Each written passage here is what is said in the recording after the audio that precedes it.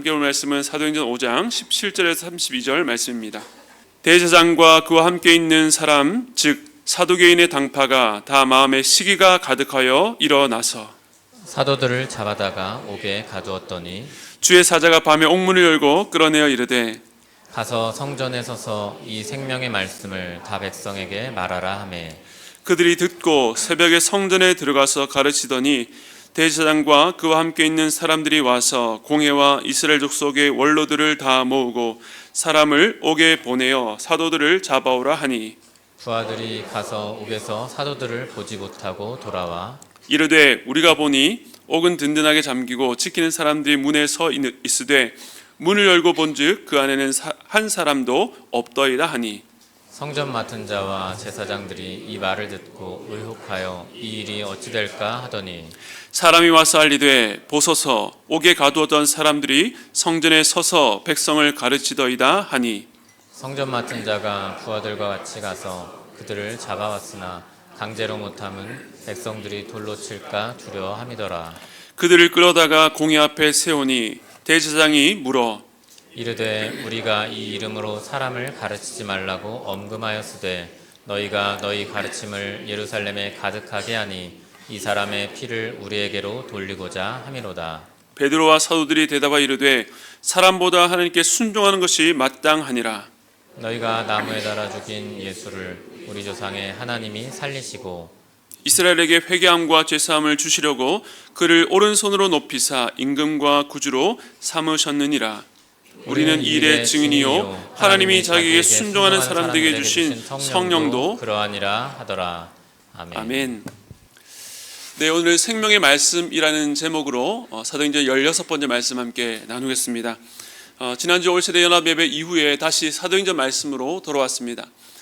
사도행전은 우리가 1월달에 외웠던 암송 말씀 1장 8절에 오직 성령이 너에게 임하시면 너희가 권능을 받고 예루살렘과 온 유대와 사마리아와 땅끝까지 이르러 내 증인이 되리라 하신 그 말씀이 역사 가운데 어떻게 실현되어 가는지를 나타내 보여주고 있습니다. 오순절 성령 강림 이후에 사도들은 성령 충만하여 이 복음을 전했고 많은 사람들이 회개하고 세례받는 놀라운 부흥의 역사가 나타났습니다. 베드로와 요한이 잡혀서 박해가 시작되었지만 오히려 사도들과 교회는 더욱 담대하게 복음을 증거하기로 결단합니다. 교회는 모이기를 힘쓰며 더불어 기도했고 사랑의 나눔으로 충만한 은혜를 누렸습니다. 이처럼 은혜로운 분위기 속에서 5장으로 넘어와서 하나님께서는 교회 안에 감춰진 죄를 드러내셨습니다. 겉으로 보면 이 아나니아와 삽비라의 행동은 자신의 소유를 팔아 가난한 자들을 위해서 내놓은 귀한 헌신이었습니다.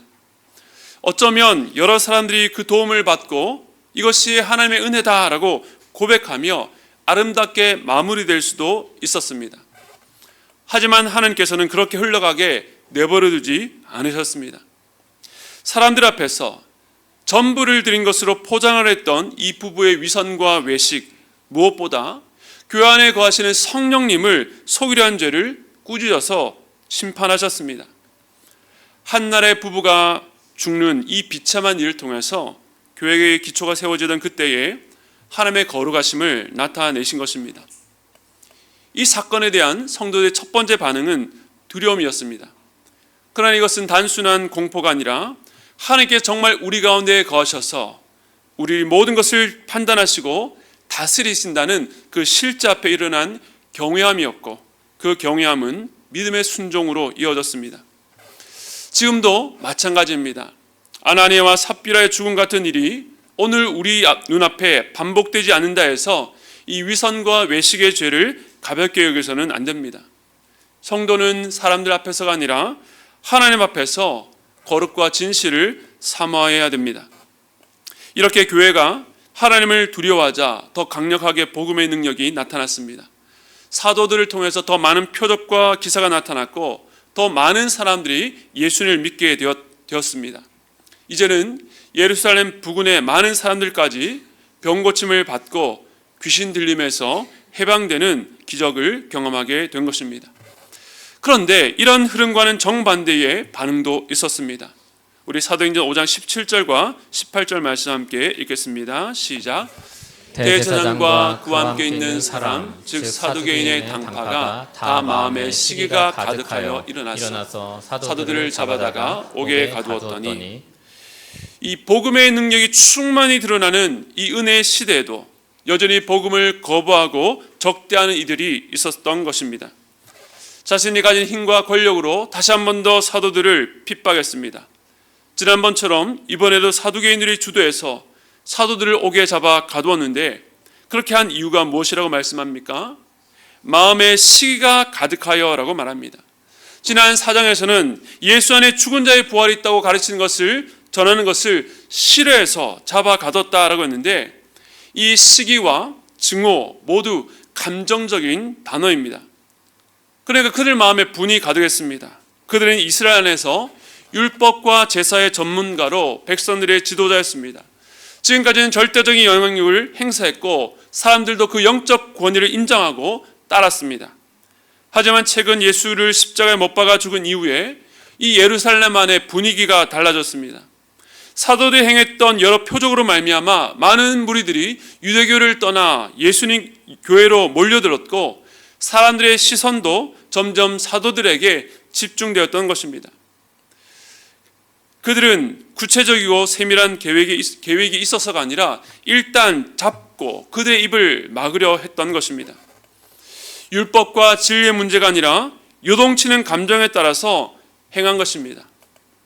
사람은 자기 마음에 일어난 감정을 쉽게 다스리지 못하고 그 감정대로 끌려다닐 때가 많습니다. 머리로는 알지만 감정이 동하지 않아서 움직이지 않을 때도 있습니다. 그래서 사람은 논리적인 것 같지만 사실은 감정에 훨씬 많이 휘둘리는 존재입니다. 우리 주변에서도 이성과 논리의 문제가 아니라 이 감정적으로 복음을 거부하는 사람들이 많습니다. 그런데 감정에 불과하다고 치부할 문제가 아닌 것은, 이 감정은 언제든 그 마음을 장악해서 생각과 몸까지도 좌우할 수 있는 힘이 있기 때문입니다. 인간의 죄성이 그 감정에 깊이 영향을 줍니다. 그렇기 때문에 겉으로 보면 마음이 충동하여서 일시적으로 움직이는 것 같지만 그 안에 죄가 감정을 사로잡아 일하고 있는 것입니다. 그런데 이 마음을 변화시킬 수 있는 분은 오직 하나님밖에 없습니다. 그렇기 때문에 우리는 그의 마음을 변화시킬 수 있는 하나님만을 의지하며 기도해야 되는 것입니다. 오늘 본문은 이렇게 시기로 가득한 사람들이 성령으로 충만한 자들을 옥에 가두고 박해하는 일로 시작합니다. 이 일은 전에도 있었던 일인데 오늘 본문은 하나님께서 매우 특별하게 역사하셨다는 것을 우리에게 말해줍니다. 사도행전 5장 19절과 20절입니다. 함께 읽겠습니다. 시작. 주의 사자가 밤에 옥문을 열고 끌어내어 이르되 가서 성전에 서서 이 생명의 말씀을 다 백성에게 말하라 하며.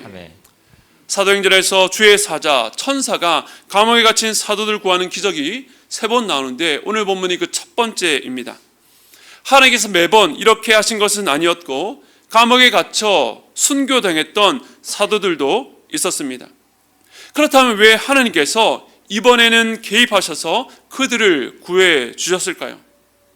방금 읽은 말씀을 보면 그들이 이 감옥에서 나왔다는 사실보다 더 중요한 것은 하나님께서 그들을 다시 말씀의 자리로 보내셨다는 사실입니다. 물론 감옥에서 나와 기적적으로 풀려난 것도 놀랍지만 이것은 더 큰 목적을 위한 보조적인 수단이었다는 것입니다. 아직 이 사도들이 해야 될 사명이 있었고 이를 위해 하나님께서 그들을 구해 주신 것입니다. 그 목적, 그들이 받은 사명은 바로 성전에 서서 이 생명의 말씀을 다 백성들에게 말하는 것이었습니다. 그들은 이 생명의 말씀을 전하는 증인이었던 것입니다. 그래서 사도들에게 안전한 곳에 숨으라고 하지 않고 오히려 사내들인 공회가 장악한 그 성전에 다시 가서 이 생명의 말씀을 전하라고 한 것입니다. 그런데 한편으로 이 모든 역사는 사도들을 체포하는 데 주도했던 사두개인을 향한 하나님의 응답으로 보입니다. 왜냐하면 사두개인은 부활을 믿지 않고 천사나 영의 존재를 믿지 않았습니다. 그런데 하나님께서는 천사를 보내셔서 그들을 구해 주신 것입니다. 또한 사두개인은 죽은 자의 부활을 전하는 것을 싫어했는데 하나님께서는 그들을 보내셔서 이 부활의 복음을 증거하게 하셨습니다. 이것은 사두개인의 박해에 대한 하나님의 응답이었습니다. 하나님은 그 박해에 조금도 물러서지 않고 하나님이 없다고 대적하는 자들 향해서 하나님의 살아계심을 하나님의 방식대로 보이신 것입니다. 그리고 이후에 깜짝 놀랄 일이 일어납니다. 우리 21절 말씀 함께 읽겠습니다. 시작. 그들이 듣고 새벽에 성전에 들어가서 가르치더니 대제사장과 그와 함께 있는 사람들이 와서 공회와 이스라엘 족속의 원로들을 다 모으고 사람을 오게 보내어 사도들을 잡아오라 하니. 아멘. 먼저 주목할 것은 사도들의 놀라운 순종입니다. 주의 사자가 한밤이 지나 새벽녘에 이들을 풀어주었던 것 같습니다. 그런데 오늘 말씀을 보니 그들이 언제 성전에 갔습니까? 주의 사자의 말을 듣고 새벽에 성전에 들어가 가르쳤습니다. 옥에서 나와서 회복의 시간을 갖거나 자신을 걱정했던 교회로 돌아가서 그들에게는 이 놀라운 일을 간증하지 않고 즉시로 성전으로 달려간 것입니다. 자신의 안전이 아니라 하나님의 명령대로 그 생명의 말씀을 전하는 것이 가장 우선순위였다는 것입니다. 이에 반해서 대제사장들과 그 무리들은 어떻습니까? 아침이 밝았습니다. 그들이 이제 신문하려고 산헤드린 공회를 모으고 이제는 원로들까지 다 모았습니다. 그리고 부하들에게 명령해서 사도들을 잡아오라고 명했습니다. 그런데 놀라운 일이 벌어진 것입니다. 옥은 잠겨있고 그 앞에 지키는 일도 있는데 문을 열어보니 그 안에 사도들이 없었던 것입니다. 여러분 소챈크 탈출이라는 영화 한 번쯤 보셨을 것입니다. 평소와 다름없는 어느 날 죄수 하나가 사라졌습니다. 그 방 안에 들어가 보니 큰 영화 포스터 뒤로 무려 20년 동안 벽을 파서 만든 탈출구가 발견됩니다. 그리고 영화는 이 죄수가 어떻게 탈출했는지 자세한 과정을 설명해 줍니다.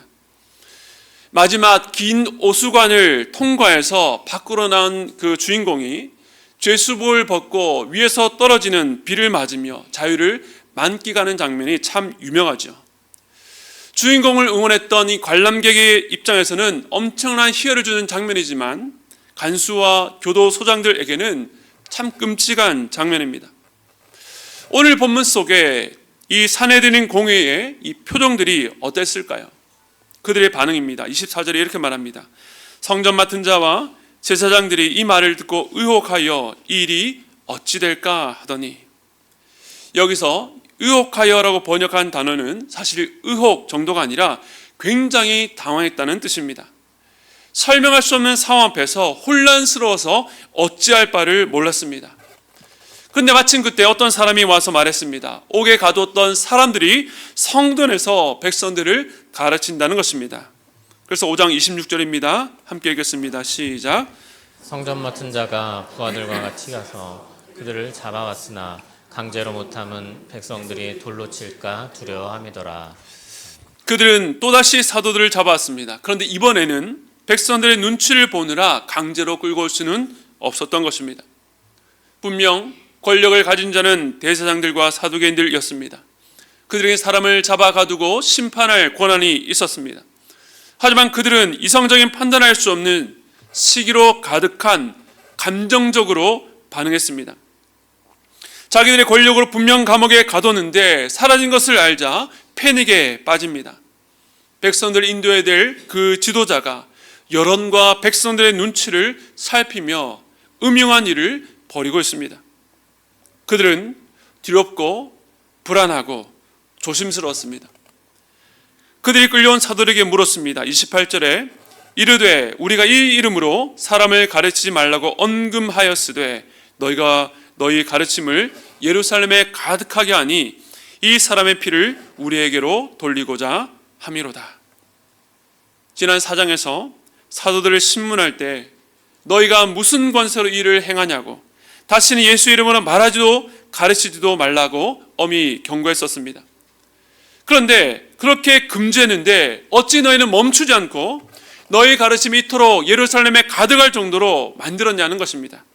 그리고 그렇게 한 것은 이 사람의 피를 우리에게 돌리려는 것 아니냐라고 물은 것입니다.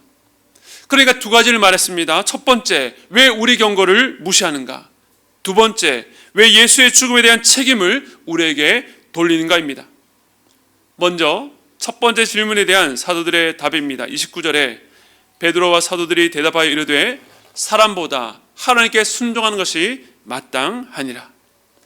사도들은 지난번처럼 단호하게 대답했습니다. 너의 말을 듣는 것이 하나님의 말씀을 듣는 것보다 옳은가 판단하라. 사람보다 하나님께 순종하는 것이 마땅하다는 것입니다. 여러분, 사람에게 순종하면 어떤 결과를 가져옵니까? 당장의 안전을 보장받을 수 있습니다. 더 이상 이렇게 잡혀서 신문 받을 필요가 없습니다. 하지만 이것은 하나님의 뜻이 아니었습니다. 하나님의 명령은 무엇입니까? 새벽이라도 다시 성전으로 들어가는 것. 어제 잡혀 감옥에 갇혔지만 오늘 다시 성전에 들어가서 백성들에게 예수의 이름으로 전하는 것이었습니다. 왜 그렇게 해야 됩니까? 그들은 생명의 말씀을 전하는 증인이었기 때문입니다. 그 말은 이 말씀을 들어야 될 사람들의 상태가 죽어 있다는 것을 전제합니다. 생명의 말씀은 생명을 주는 말씀, 죽은 자를 살리는 말씀입니다. 그렇기 때문에 사도들은 다시 갇힐 각오를 하고 뻔히 다시 잡힐 것을 알면서도 말씀을 전하러 간 것입니다. 그리고 이 사실은 그들의 두 번째 질문, 이 사람의 피를 왜 우리에게로 돌리려 하는가? 이 질문과도 이어집니다. 그런데 사실 이 유대인들이 빌라도를 압박하며 예수님을 십자가형에 처하게 할 때에 그들이 무엇이라고 외쳤습니까? 그 피를 우리와 우리 자손에게로 돌릴지어다.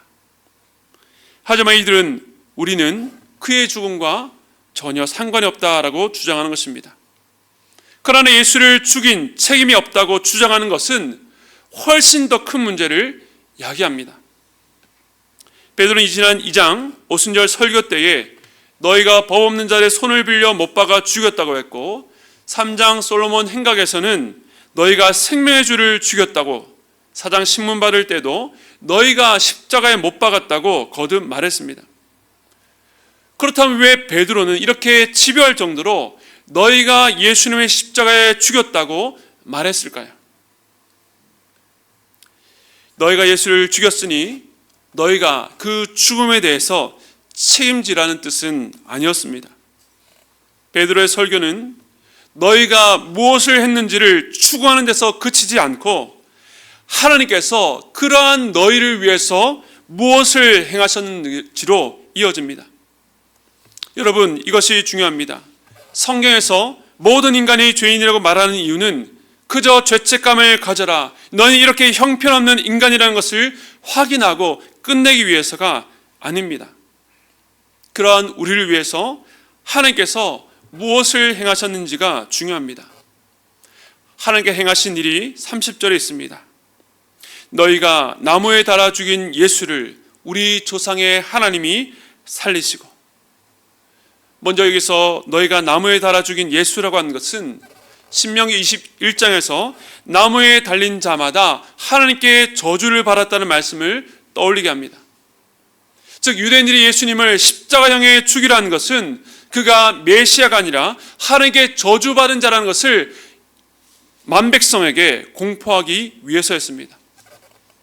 그렇습니다. 예수님 십자가의 죽으심으로 실제로 하나님의 저주, 죄에 대한 하나님의 모든 진노를 다 받으셨습니다. 다만 그것은 자신의 죄 때문이 아니라 자기 백성이 받아야 될 저주와 심판을 대신 담당하시기 위해서였습니다. 그렇기 때문에 예수님은 십자가 죽음으로 끝나지 않습니다. 너희는 예수를 저주받은 자의 표본으로 십자가에 죽였지만 우리 조상의 하나님이 그를 살리셨다라고 말합니다. 하나님께서 예수님을 살리셨습니다. 그렇게 살리신 이유가 무엇입니까? 31절 말씀 우리 함께 읽겠습니다. 시작. 이스라엘에게 회개함과 죄사함을 주시려고 그를 오른손으로 높이사 임금과 구주로 삼으셨느니라. 아멘. 베드로가 거듭 너희가 예수를 십자가에 못 박아 죽였다라고 한 것은 메시아를 거부하고 죽인 죄를 범했으니 심판받으라는 것이 아니었습니다. 그런 죄를 범했을지라도 하나님이 살리시고 높이신 예수님께서 임금과 구주가 되셔서 너희가 지은 죄라도 그 죄를 회개함과 죄사함을 주시기 위해서 그렇게 증거한 것입니다. 결국에는 그들을 살리기 위해서라는 것입니다. 자신이 죄인이라는 것을 인정하지 않는 자들에게는 구주가 필요가 없습니다. 그런데 여기서 임금이라고 번역한 단어가 이 아르케고스라고 해서 이 통치자라는 뜻도 있지만 이 시작이라는 뜻의 이 아르케에서 나온 단어이기 때문에 창시자, 개척자, 설립자라는 뜻도 있습니다. 그래서 히브리서 2장 10절에서는 같은 단어가 구원의 창시자라고 번역합니다. 그리고 그 구원이라는 말은 사도행전 5장 31절에 이 구주라는 것과 같은 어근을 가진 말입니다.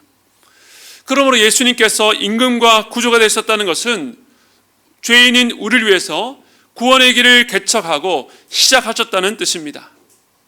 제가 이 말씀을 묵상하다가 떠오른 말씀이 있습니다. 우리 미가서 2장 13절 말씀 함께 읽겠습니다. 시작. 길을 여는 자가 그들 앞에 올라가고 그들은 길을 열어 성문에 이르러서는 그리로 나갈 것이며 그들의 왕이 앞서가며 여호와께서는 선두로 가시리라. 아멘. 이 말씀은 심판 가운데 있는 백성들, 그들 가운데 이스라엘의 남은 자들을 구원으로 이끄신다는 하나님의 약속의 말씀입니다. 여기서 제일 먼저 길을 여는 자가 나오는데 히브리어로 파라츠라고 해서 깨트리다, 돌파하다는 뜻입니다. 길을 여는 자가 하나님의 백성 앞서 올라가서 백성들이 그 뒤를 따라 나가는 장면으로 묘사됩니다. 죄인들에겐 구원의 여망이 전혀 보이지 않고 사방이 꽉 막혀 이대로 죽는 일밖에 남지 않았습니다. 그러나 부활하신 예수님께서 길을 여는 자가 되셔서 자신의 죽음으로 죄와 사망의 포로됨을 깨뜨리고 돌파하셨습니다. 그러므로 사도들이 박해 가운데 생명의 말씀을 전한다는 것은 바로 이 구원의 창시자, 길을 여는 자 예수님을 그들에게 전하는 것이었습니다. 베드로는 자신의 정체성에 대해서 이렇게 말했습니다. 우리 32절 말씀 함께 읽겠습니다. 시작. 우리는 이 일의 증인이요 하나님이 자기에게 순종하는 사람들에게 주신 성령도 그러하리라 하더라. 아멘. 우리는 이 일의 증인이라는 것입니다. 그런데 이 증인의 사역은 사도들의 능력과 열심으로만 하는 단독 사역이 아니었습니다. 하나님이 자기에 순종하는 사람들에게 주신 성령도 증인입니다. 사도행전 1장 8절에서 성령이 임하면 증인이 된다라고 했는데 증인들 안에 계신 성령님은 그들의 입을 통해 전해지는 복음과 그들이 행하는 여러 표적을 통해서 증거하십니다. 또한 이 복음을 들을 때에 전할 때에 듣는 이들 마음속에 말씀을 깨닫게 하시고 믿게 하시는 역사 또한 성령의 증인 사역입니다. 이 증인들이 박해를 받아 갇혔을 때에 하나님께서는 주의 천사를 보내셔서 그들을 구해 주셨습니다. 그들은 생명의 말씀을 증거해야 될 증인이기 때문이었습니다. 죽은 자를 살릴 생명의 말씀을 전하는 것입니다. 하나님이 살리신 예수님은 길을 여는 자, 구원의 창시자, 임금과 구주로 죽은 자들을 살리실 것입니다. 그런데 그 열매는 사도들이 만들어낼 수 있는 것이 아닙니다. 사도들이 홀로 하는 것도 아니었습니다. 바로 그들 안에 계신 성령께서 그들을 통하여 그들과 함께 그들 안에 역사하십니다. 지금 우리도 마찬가지입니다. 생명의 말씀으로 살아난 우리들은 이 말씀을 증거하는 증인으로 부름받았습니다. 물론 하나님의 말씀에 순종하여 증언할 때에 상대방이 듣지 않고 거부할 수도 있습니다. 아니 오히려 그럴 때가 훨씬 더 많습니다. 그때에도 그 결과 앞에 낙심하지 마십시오. 마치 우리의 능력 부족처럼 자책해서도 안 됩니다. 우리는 우리 안에 거하시는 성령을 의지하며 다시 서서 생명의 말씀을 증거해야 되는 것입니다. 성령께서 반드시 우리와 함께 하실 것입니다. 성령께서 일하실 것입니다. 이것이 우리가 어떤 상황 가운데서 서도 끝까지 감당해야 될 사명인 줄 믿으시기 바랍니다. 저와 비슷하거나 위스데인 분들은 유열이라는 가수를 아실 것입니다. 이분이 이 폐섬유증이라는 불치병으로 생사를 오가다가 최근에 이제 완쾌되어서 얼마 전에 유퀴즈라는 프로그램에 나와서 인터뷰한 영상을 제가 짧은 클립으로 보게 되었습니다. 폐이식 수술이 두 차례 무산되고 이제 건강이 극도로 나빠져서 더 이상 살 소망이 사라졌을 때에 급하게 A4 용지에다가 남겨질 가족들에게 유서와 같은 편지를 남겼습니다. 신앙의 가정이었는데 매일 새벽기도 가서 눈물을 다 쏟고는 항상 병실에 들어설 때는 밝은 모습으로 왔던 그 아내와 또 늦게 결혼해서 당시 초등학생이었던 아들을 향한 이 아버지의 애틋한 마음을 글로 남겼는데 그것을 보면서 저도 참 그 상황에 몰입이 되어서 참 많이 울었던 것 같습니다. 그렇게 유서까지 썼는데 세 번째 만에 참 다행으로 극적으로 폐이식을 받아서 살게 된 것입니다. 그런데 유열 씨가 극적으로 폐이식 수술을 받을 수 있었던 것은 어느 아버지가 갑작스럽게 떠난 그 딸의 장기를 기증하기로 결정했기 때문이었습니다. 그러니까 한 가정의 깊은 슬픔이 다른 인생의 삶을 열어준 것입니다. 그가 인터뷰에서 말했던 것처럼 이제 그가 살아갈 삶이 이전과 같을 수는 없습니다. 누군가 죽으며 남겨준 그 생명의 빚을 지고 살게 된 것이죠. 이렇게 다시 살아있다는 것, 또 다시 노래할 수 있다는 것이 얼마나 감사한지 감격하며 눈물을 흘리면서 영상이 끝났습니다. 제가 그 영상을 보면서 제가 죽을 병에 걸렸다가 살아나는 것은 아니었지만 오늘 내가 살아있다는 것이 결코 당연한 것이 아닌데 나는 언제든 죽을 수 있는 인생일진데 오늘 내가 살아있는 이유가 무엇인가, 나는 어떻게 살고 있는지 여러 생각이 들었습니다. 내가 헛되이 보낸 오늘은 어제 죽은 이가 그토록 그리던 내일이다라는 말이 있죠. 여러분은 오늘 주어진 삶을 무엇을 위해서 또 어떻게 살아가고 계십니까? 유열 씨가 누군가의 장기를 기증받아 새 삶을 얻은 것처럼 우리는 그보다 더 깊은 의미에서 예수의 생명을 이식받은 자들입니다. 예수님의 죽으심으로 살아난 생명. 그러므로 우리의 삶은 우리 자신만의 것이 될 수 없습니다. 예수 생명이 우리 안에 있기 때문입니다. 그 사실은 자연적으로 우리를 증인의 자리로 부릅니다. 우리에게 그 생명의 말씀이 맡겨졌다는 것입니다. 그것이 우리의 사명입니다. 그러므로 우리의 삶은 내가 감옥에 갇혔다가 큰 고난을 당했다가 주의 천사를 통해서 나를 극적으로 구해주셨다라고 하는 그 간증에서 끝날 수가 없습니다.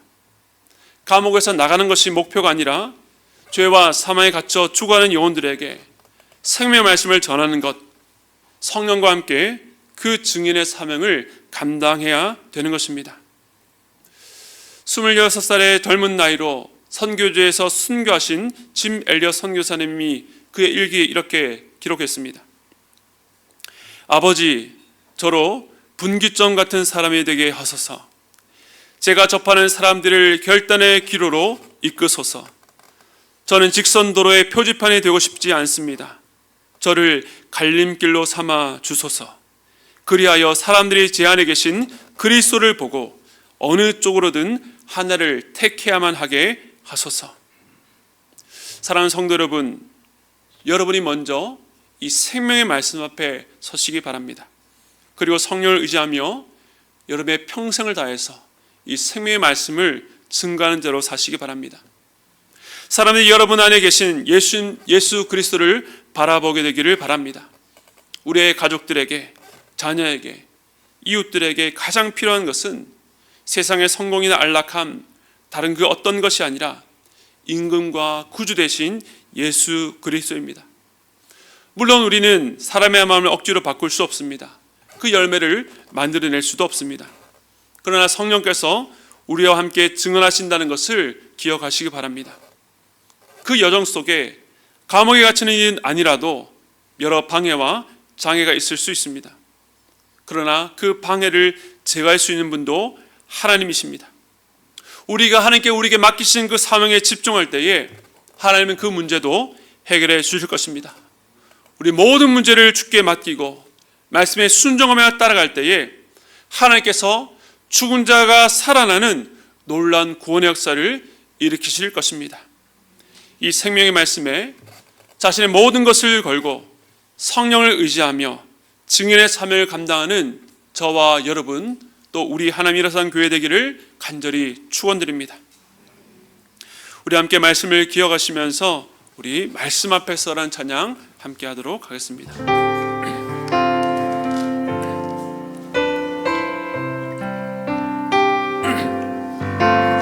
말씀 앞에서 경외함으로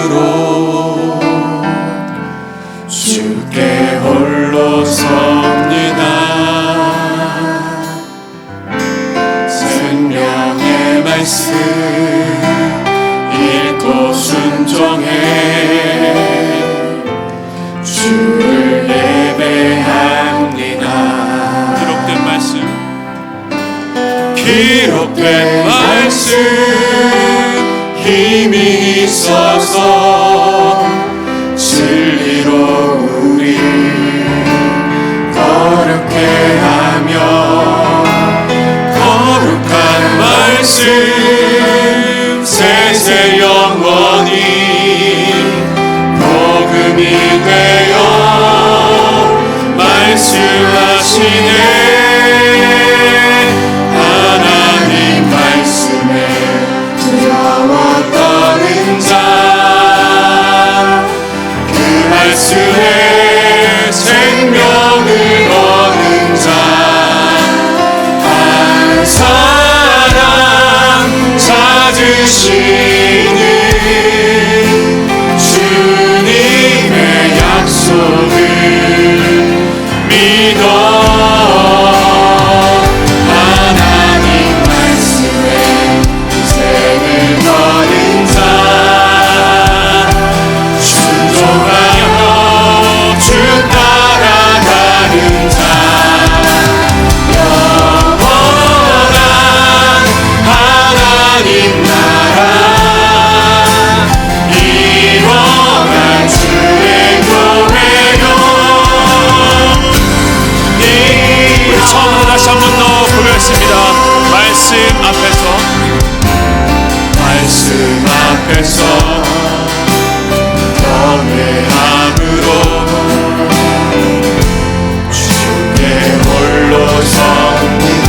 생명의 말씀 읽고 순종해 생명의 말씀 읽고 순종해 주를 예배합니다. 주를 예배합니다. 기록된 말씀, 기록된 말씀 힘이 있어서 진리로 우리 거룩해 하며 거룩한 말씀 세세 영원히 복음이 되어 말씀하시네. 하나님 말씀에 두려워 떠는 자,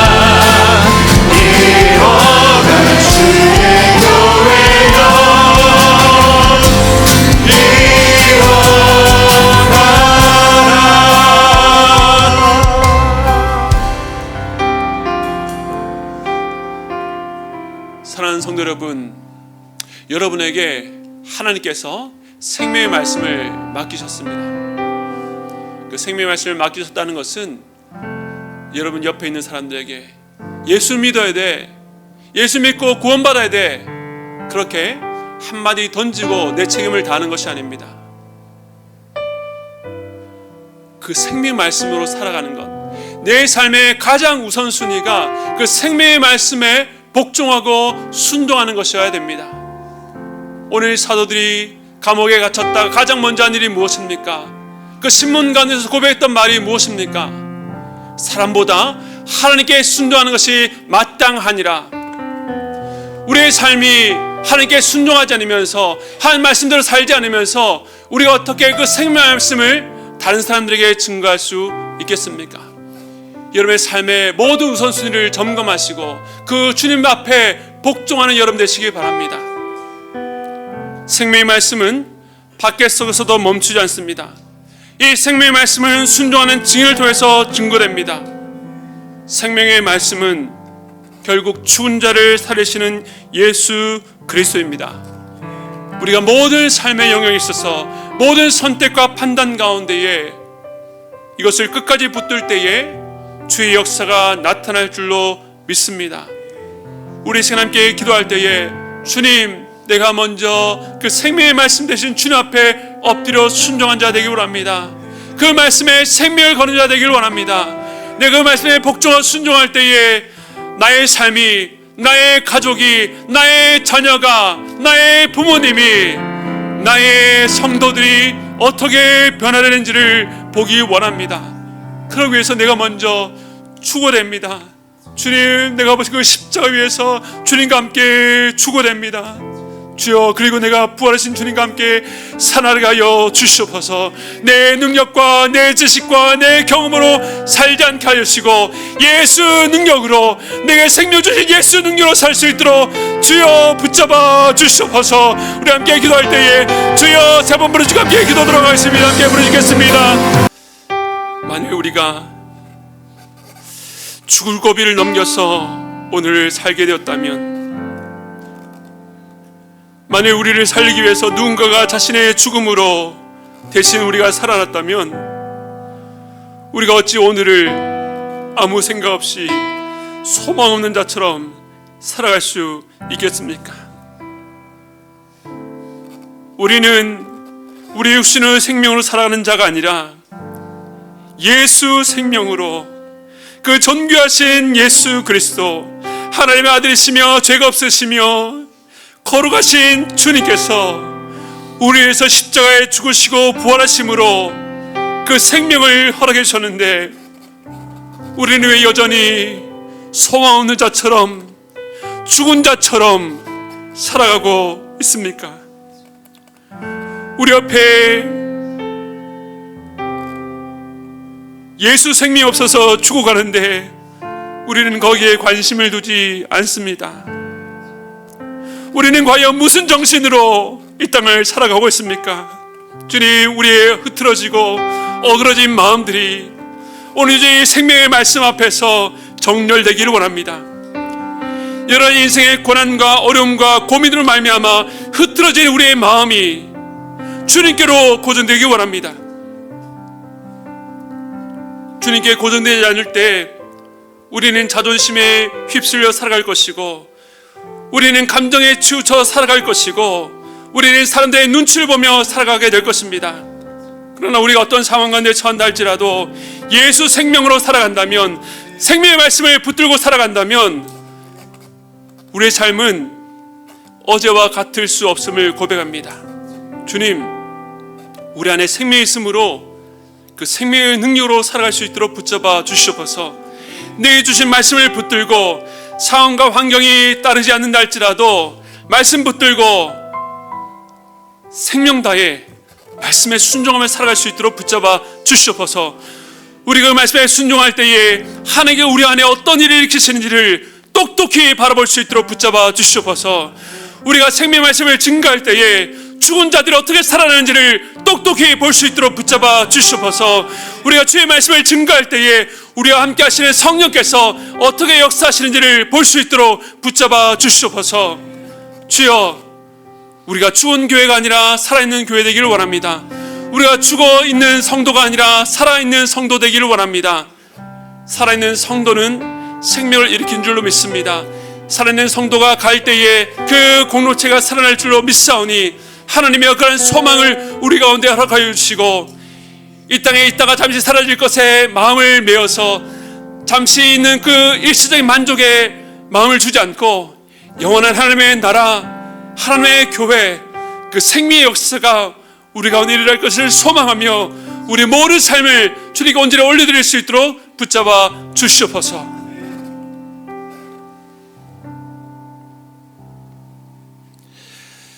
지금은 우리 주 예수 그리스도의 한량없는 은혜와 하나님 아버지의 무한하신 사랑하심과 성령님의 감동 감화 교통하심의 역사가